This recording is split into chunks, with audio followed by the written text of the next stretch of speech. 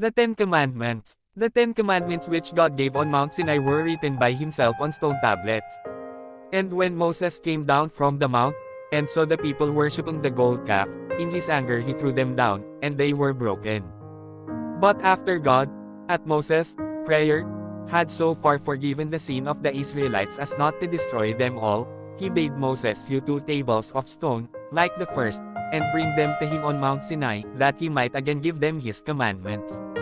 Moses did so, and went up early in the morning to the mount. He was in the mount with God 40 days and nights, neither eating nor drinking, and when he came down with the stone tables, on which the commandments had been again written, his face was so bright that the people could not look at him. He had to cover himself with a veil while he talked to them.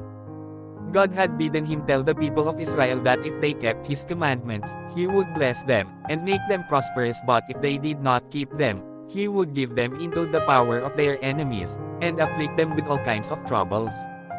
God also would have them prepare a place in which he might be worshipped, and, as the people were traveling onward to the promised land, he bade them make it like a tent, which might be carried along with them, and set up when they rested on their march.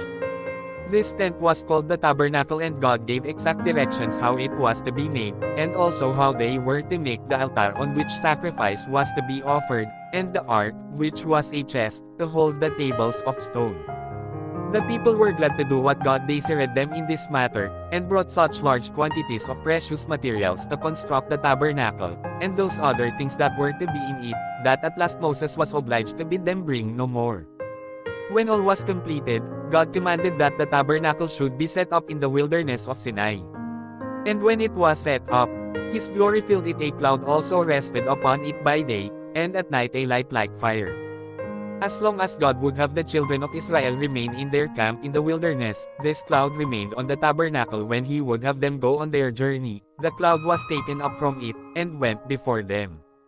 In this way the people knew whether God would have them travel on, or stay where they were.